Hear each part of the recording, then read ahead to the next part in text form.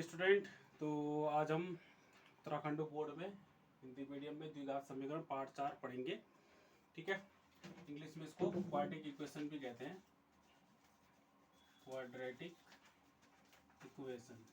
ठीक है, तो अब देखते हैं इसमें कि किस टाइप के क्वेश्चन आ सकते हैं। ठीक है, तो आपके इंपॉर्टेंट क्वेश्चनों की सीरीज चल रही है ये। तो इसमें जो पहला क्वेश्चन आपका बन सकता है वो बन सकता है कि इसका मानक समीकरण। ठीक है, मानक समीकरण। तो मानक समीकरण क्या होता है इसका द्विघात समीकरण का? इसका होता है a x square plus b x plus c is equal to 0। ठीक है, ये इसका मानक समीकरण हो गया। अब दूसरा सवाल आपका क्या बन सकता है? इसे पूछ सकता है कि विवितीकर। ठीक है, विवितीकर का फॉर्मूला सूत्र पूछ सकता है। विवितीकर, जिसको हम किससे दिखाते हैं? कैपिटल डी से दिखाते हैं इसको। ठीक है, इसका सूत्र पूछ सकता है आपको। तो क्या होता है? डी बराबर होता है बी स्क्वायर माइनस 4ac। ठीक है, ये इसका सूत्र होता है।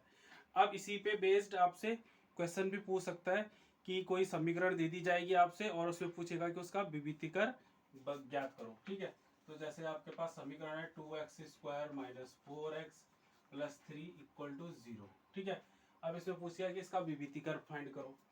ठीक है, ज्ञात करना है। तो पहले इसको इसकी तुलना कर देंगे हम द्विघात समीकरण से। A x square plus b x plus c से इससे तुलना करेंगे तो ए बराबर आ जाएगा 2, बी बराबर आ जाएगा यहाँ पे 4 है माइनस का, और सी बराबर आ जाएगा 3। ठीक है, तो विवितीकर निकालेंगे डी बराबर बी स्क्वायर माइनस 4ac। तो बी स्क्वायर यानी माइनस 4 का स्क्वायर माइनस 4 इंटू 2 इंटू 3। ठीक है, तो माइनस 4 का स्क्वायर होता है 16, माइनस 4 दूनी 8 और 8 दिया 24, प्लस का 24 हो गया। तो 24 में से 16 गया तो माइनस का 8 बच गया। ठीक है, अब ये इसका विवितीकर हो गया। अब विवितीकर के ही आधार पे एक क्वेश्चन सवाल और पूछता है कि मूलों की प्रकृति भी ज्ञात करना है। ठीक है, तो मूलों की प्रकृति, तो मूलों की जो प्रकृति होती है वो तीन तीन प्रकार की प्रकृति होती है। ठीक है, वो क्या क्या क्या होती है वो देख लीजिए आप। तो अगर हमने डी का मान निकाला और डी का मान निकाला, जैसे इसमें आ गया ये माइनस का 8, यानी अगर माइनस में अगर इसका मान आए, ठीक है, ऋणात्मक मान आए, तो क्या होता है?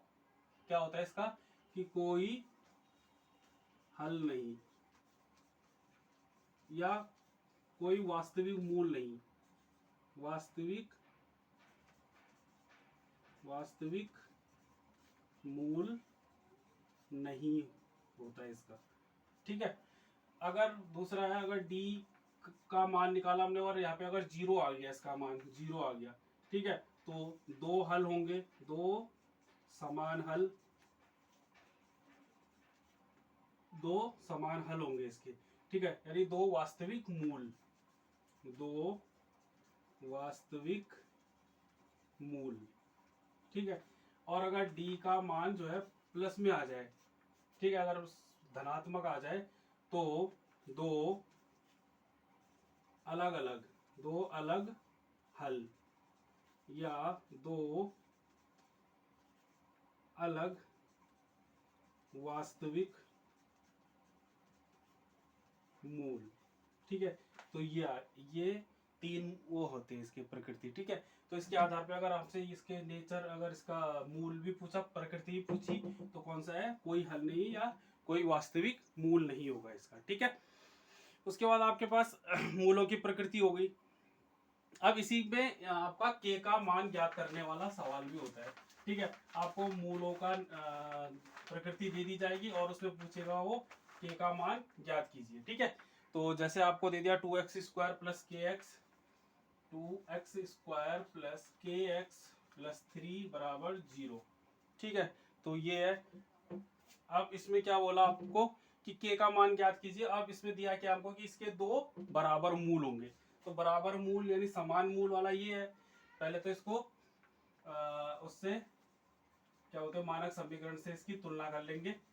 तो ए बराबर आ गया 2, बी बराबर आ गया के, और सी बराबर आ गया 3। ठीक है, बी में एक्स वाले को नहीं लेना, उसके बाद अगर यहाँ पे 2k होता है या 3k कुछ भी होता है तो वो सब बी की वैल्यू हो जाती है, केवल एक्स को छोड़ देना है वहां पे। अब दो बराबर मूल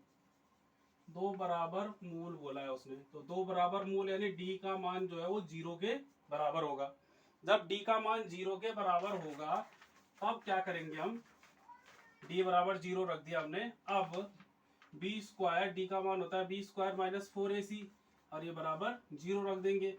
तो बी यानी क्या आया, के का स्क्वायर माइनस 4 इंटू 2 इंटू 3 बराबर 0। तो के स्क्वायर माइनस 4 दूनी 8 तियां 24 बराबर 0। अब के स्क्वायर बराबर 24 को इधर ले आएंगे तो 24 इधर आ जाएगा।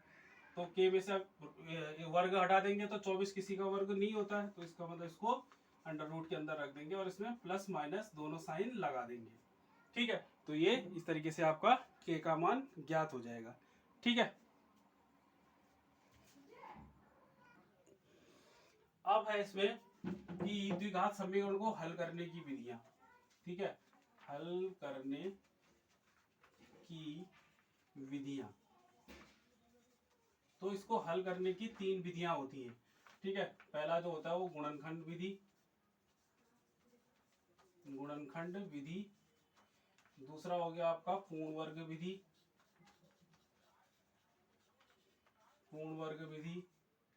और तीसरा हो गया आपका श्रीधराचार्य सूत्र। ठीक है, श्रीधराचार्य सूत्र द्वारा।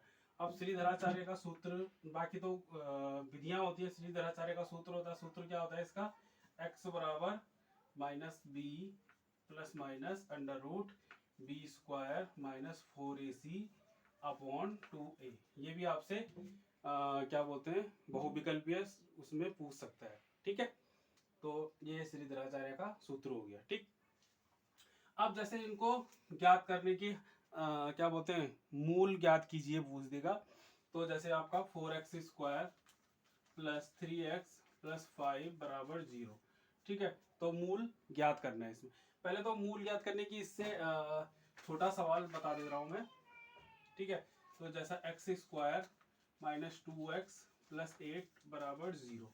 ठीक है, तो ये छोटा सवाल है, इसके मूल ज्ञात करने हैं। ठीक है, तो गुणनखंड विधि द्वारा करते हैं। तो हमको दो संख्याएं ऐसी सोचनी है जिनको गुणा करके 8 आए और प्लस या माइनस करके 2 आए। ठीक है, तो कौन कौन से, वो 4 और 2।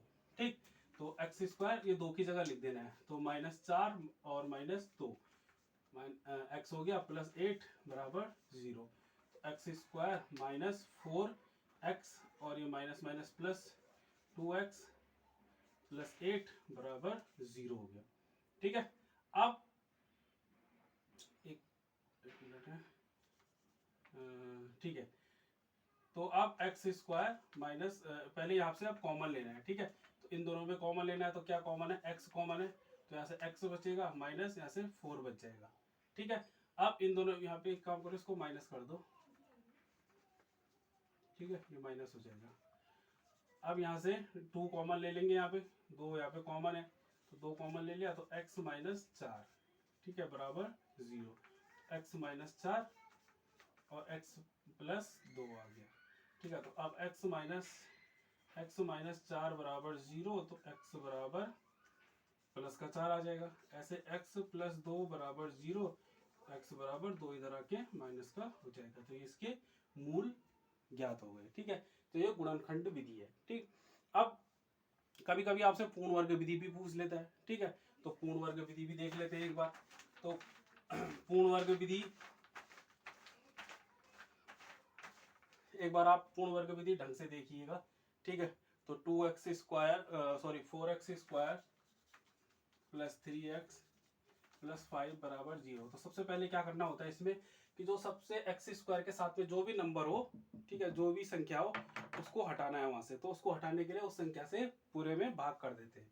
तो 4x स्क्वायर बटा 4 प्लस 3x बटा 4 प्लस 5 अपॉन 4 बराबर 0। तो यहाँ से 4 से 4 कट गया, तो x square plus 3x upon 4 और प्लस 5 अपॉन 4 बराबर 0। ठीक, अब जो ये वाला अचर पद होता है उसको अब इधर लाते हैं। तो x square plus 3x upon 4 बराबर ये माइनस का 5 अपॉन 4 इधर आ जाता है। ठीक, अब इसके बाद क्या करना है, x के साथ में जो भी नंबर हो, जैसे यहाँ पे x के साथ में क्या है 3/4 है, ठीक है, जो भी नंबर हो उसको 1/2 से गुणा करेंगे, ठीक है। तो 3/4 है, उसको 1/2 से गुणा करेंगे और उसका स्क्वायर कर देंगे, तो क्या आया 3 एकम 3 और 4 दूनी 8, इसका स्क्वायर, ठीक। तो इसको दोनों पक्षों में जोड़ देंगे, तो x square plus 3x/4 plus करेंगे यहाँ पे 3/8 का स्क्वायर इधर भी जोड़ दिया और बराबर इधर भी जोड़ देंगे, ठीक है। तो यहाँ पे लिख देंगे आप कि दोनों पक्षों में 3/8 का वर्ग जोड़ने पर, ठीक है। तो अब क्या बनेगा, यहाँ पे एक शॉर्ट ट्रिक है, देखो एक्स स्क्वायर, इसमें स्क्वायर है और इसमें स्क्वायर है, इन दोनों को लिखेंगे, ठीक है। तो एक्स को लिखा और इसको लिखा जिन पे स्क्वायर है, ठीक है। और बीच वाले को देखो साइन किसका है, प्लस का है, तो प्लस का लगा के उसका होल स्क्वायर कर देंगे, बीच वाले को छोड़ देंगे, ठीक है। बराबर -5/4 और प्लस 3 का स्क्वायर 9, 8 का कितना हो गया 64, ठीक। अब इसको सॉल्व करेंगे यहाँ से, तो x प्लस 3/8 का होल स्क्वायर बराबर 64 आ गया इसका लसा। तो 4 के पाड़े में 16 कितनी बार, 16 बार, 4 के पाड़े में 64 16 बार, और 16 को 5 से 16 पंजे 80 हो गया, ठीक है। और प्लस यहाँ पे 64 को 64 से 1 जा और ये 9, ठीक है। तो 9 हो गया यहाँ पे, ठीक है, प्लस का ना, तो x प्लस 3/8 का होल स्क्वायर बराबर 80 में से 9 गया, 80 में से 9 गया, 10 में से 9 गया 1, और ये बचेगा 71 -71/64, ठीक है। अब यहाँ से इसका वर्ग हटा देंगे, ठीक है। तो ये आ जाएगा आपका x प्लस 3/8 बराबर, ये किसी का वर्ग, इसको रूट कर देंगे तो -71, सॉरी माइनस अंदर करेंगे, -71/64। अब 64 तो किसी का स्क्वायर होता है, किसका होता है 8 का होता है, तो 71 तो रूट के अंदर ही रहेगा माइनस का, और 64 8 हो जाएगा, ठीक है। इसमें प्लस माइनस लगा देंगे, ठीक, और इसको इतना छोड़ देंगे, ठीक है। तो ये हो गया आपका पूर्ण वर्ग विधि, ठीक। अब आपको कुछ ऐसे सवाल भी दे देगा, यही द्विघात समीकरण ना बनाएंगे तो ये जैसे x प्लस 1/x बराबर 3, अब इसके मूल ज्ञात करने के लिए बोल दिया इसने, ठीक है। तो पहले इसको द्विघात समीकरण बनाएंगे, तो क्या है यहाँ पे अपॉन में एक्स है, तो इसको यहाँ से हटाना पड़ेगा, तो अपने आप ही वो द्विघात समीकरण बन जाएगी। तो अपॉन में हटाने के लिए क्या करेंगे, पूरे को x से गुणा करेंगे, तो इसको x से गुणा करा, x गुणा x प्लस x गुणा 1/x बराबर 3 गुणा x, तो x गुणा x एक्स स्क्वायर हो गया, प्लस x से x कट गया 1 1 बच गया, और बराबर 3x। अब 3x को उधर ले जाएंगे तो x square minus 3x plus 1 बराबर 0, ठीक है। तो ये द्विघात समीकरण बन गई। अब इसको हल करना है, अब इसको हम श्रीधराचार्य से हल करते हैं इस बार, ठीक है। तो इसको पहले ax square plus bx plus c, इससे तुलना करेंगे, a बराबर क्या आ जाएगा, यहाँ पे x स्क्वायर के साथ में क्या है कुछ नहीं, तो 1, और b इक्वल टू एक्स के साथ -3, और c इक्वल टू प्लस का 1 हो गया, ठीक है। अब श्रीधराचार्य क्या होता है, x बराबर -b plus minus under root B square -4ac upon 2a, ठीक है।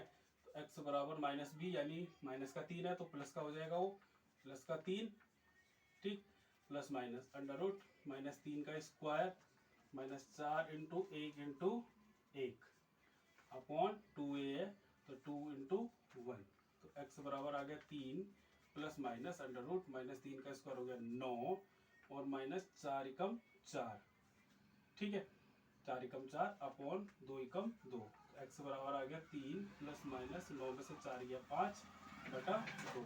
अब ये किसी का 5 किसी का स्क्वायर नहीं होता, तो इसको इतना ही छोड़ देंगे, ठीक है। ये इसका हल हो गया, ठीक। अब अगला सवाल, ठीक है। तो इसमें ये बोलेगा कि जांच कीजिए कि ये द्विघात समीकरण है या नहीं है, ठीक है। तो जांच करके देखते हैं, तो पहले इसमें अंदर गुणा कर देंगे, तो x को इससे करेंगे तो 2x स्क्वायर, फिर x को 3 से करेंगे तो प्लस 3x बराबर x स्क्वायर प्लस 1, ठीक है। अब इनको उधर ले जाएंगे, तो 2x स्क्वायर, ठीक है, x स्क्वायर ले जाएंगे तो -x स्क्वायर प्लस 3x, और 1 ले जाएंगे तो -1 बराबर 0, तो 2x स्क्वायर में से x स्क्वायर गया, x स्क्वायर प्लस 3x -1 बराबर 0, ठीक है। तो इसको कंपेयर करेंगे, तुलना करेंगे x square plus b x plus c बराबर 0, तो ये द्विघात समीकरण की तरह हो रही है, यानी ये द्विघात समीकरण है। ठीक है, अब अगला सवाल कि ये समीकरण दे दिया 4x स्क्वायर प्लस के एक्स बराबर 0 है, तो इसमें के का मान ज्ञात करना है और बोलेगा कि एक मूल इसका दिया है। ठीक है, तो एक मूल इसने दिया हमको x बराबर 2 दिया है। ठीक है, तो हम क्या करेंगे, तो 4x स्क्वायर प्लस के एक्स बराबर 0 है, तो x की जगह पे 2 रख देंगे, तो 4 इंटू 2 का स्क्वायर प्लस के इंटू 2 बराबर 0, तो 4 इंटू 2 का स्क्वायर 4 प्लस 2k बराबर 0, तो 4 चौको 16 प्लस 2k बराबर 0, 16 को इधर ले जाएंगे तो 2k बराबर माइनस का 16, k बराबर आ जाएगा माइनस 16 बटा 2, तो k बराबर कितना आ जाएगा माइनस का 8। ठीक है, तो ये हो गया k की वैल्यू। अब कुछ आपके बड़े सवाल है, ठीक है, संख्यात्मक सवाल है, तो उनको मैं समीकरण बना के आपको दे दूंगा, आप उनके सॉल्यूशन खुद करेंगे। ठीक, अब संख्यात्मक क्वेश्चन जैसे आपको दे दिया कि दो संख्याओं का योग 27 है और उनका गुणा 182 है, तो संख्याएं ज्ञात कीजिए। तो माना पहली संख्या बराबर x मान लेते हैं, तो दूसरी संख्या कितनी होगी, दोनों का योग 27 है, तो दूसरी संख्या बराबर 27 माइनस x। ठीक, अब अकॉर्डिंग टू क्वेश्चन प्रश्नानुसार क्या बोल रहा है कि दोनों का गुणा 182 है, तो x और 27 माइनस x, इन दोनों का गुणा कितना है 182, रख दो। तो अब x को अंदर करेंगे तो 27x, x को x से करेंगे तो माइनस एक्स स्क्वायर बराबर 182। अब इसको 182 को इधर ले लेंगे, तो पहले एक्स स्क्वायर को आगे रखेंगे, minus x square plus 27x minus 182 बराबर 0। अब ये माइनस यहाँ पे खराब लग रहा है जरा, ठीक है, तो इसको चेंज कर देंगे, बदल देंगे, तो प्लस का एक्स स्क्वायर कर देंगे। अब इसको बदलना तो बाकियों को भी बदलना पड़ेगा, तो माइनस ये माइनस का हो जाएगा, ये माइनस का था, ये फिर प्लस का हो जाएगा बराबर 0। तो ये समीकरण बन गई। अब इसको आप खुद से सॉल्व करेंगे, ठीक है, खुद से हल करेंगे। अगला सवाल है कि एक संख्या और उसके व्युत्क्रम का योग 10/3 है। एक संख्या और उसका व्युत्क्रम, तो फिर वही माना संख्या बराबर x और उसका व्युत्क्रम, व्युत्क्रम मतलब उल्टा, ठीक है, यानी 1/x। अब इन दोनों का जो है योगफल बोल रहा है 10/3 है, ठीक है। तो अकॉर्डिंग टू क्वेश्चन प्रश्नानुसार, तो x प्लस 1/x बराबर 10/3। अब ये पहले वाले की तरह आ गया, ठीक है, अभी करा था हमने सवाल, x से गुणा करेंगे तो एक्स स्क्वायर, यहाँ पे करेंगे तो x से x कटेगा, प्लस का 1 बचेगा, यहाँ पे करेंगे तो 10/3 x हो जाएगा ये, ठीक है। अब यहाँ से 3 को भी हटा दो, तो 3 को हटा दो तो फिर 3 से गुणा करेंगे, तो 3x स्क्वायर प्लस 3 बराबर, यहाँ से 3 हट जाएगा तो 10x बचेगा, 10x को उधर ले जाएंगे तो 3x स्क्वायर माइनस का 10x प्लस का 3 बराबर 0। तो ये बन गई हमारी द्विघात समीकरण, ठीक है।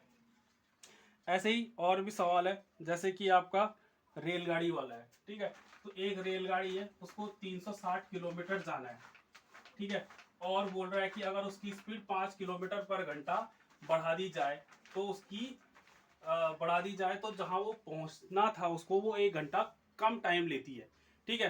तो उसका हमको चाल ज्ञात करनी है।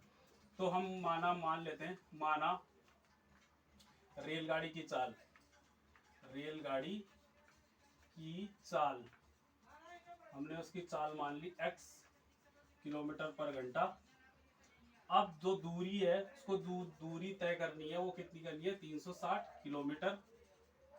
तो समय कितना लगेगा उसको, तो समय बराबर क्या होता है दूरी बटे चाल, ठीक है, तो 360 बटा x, कितना टाइम लगेगा उसको, ठीक। अब उसकी चाल हमने बढ़ा दी, तो अब नई चाल, तो नई चाल कितनी हो जाएगी x प्लस 5, इतना हमने बढ़ा दिया, ठीक हो गया। दूरी तो अभी भी वही है 360 किलोमीटर। तो समय कितना होगा, तो 360 बटा x प्लस 5, इतना घंटा होगा, ठीक है। अब क्या होगा कि बोल रहा है कि बाद वाला समय 1 घंटा पहले पहुंच जा रहा है, इसका मतलब बाद वाला समय 1 कम हो रहा है पहले वाले से, तो इसका मतलब पहले वाले समय में से बाद वाला समय अगर माइनस कर दे तो 1 आएगा। तो 360 upon x plus 5 minus 360 upon x, ठीक है, प्लस 360 अपॉन एक्स प्लस 5 बराबर 1। अब यहाँ पे लसा लेंगे तो लसा इन दोनों को गुणा कर देंगे, x और x प्लस 5 को गुणा कर दिया, इसको इससे करेंगे तो 360x, 360 को 5 से करेंगे तो 5 0 को 0, 5 छक्के 30 और 5 दिया 15 और 3 18, 1800 आ गया, माइनस x को 360 से तो 360x बराबर 1। अब 360x से 360x कट गया, यहाँ बचा 1800 बटा x को x से x स्क्वायर, x को 5 से तो 5x बराबर 1। अब इसको कैंची वाली गुणा कर देंगे तो x स्क्वायर प्लस 5x बराबर 1800। अब 1800 को उधर ले लेंगे तो x square plus 5x minus 1800 बराबर 0। तो ये बन गई हमारी द्विघात समीकरण। ठीक है, तो आपका जो द्विघात समीकरण का चैप्टर है ये आपका खत्म हो गया। ठीक है, अगर एमसीक्यू में पूछेगा तो एमसीक्यू में ज़्यादातर इतने ही आपसे ये सवाल पूछ करेगा। ठीक है, चलिए।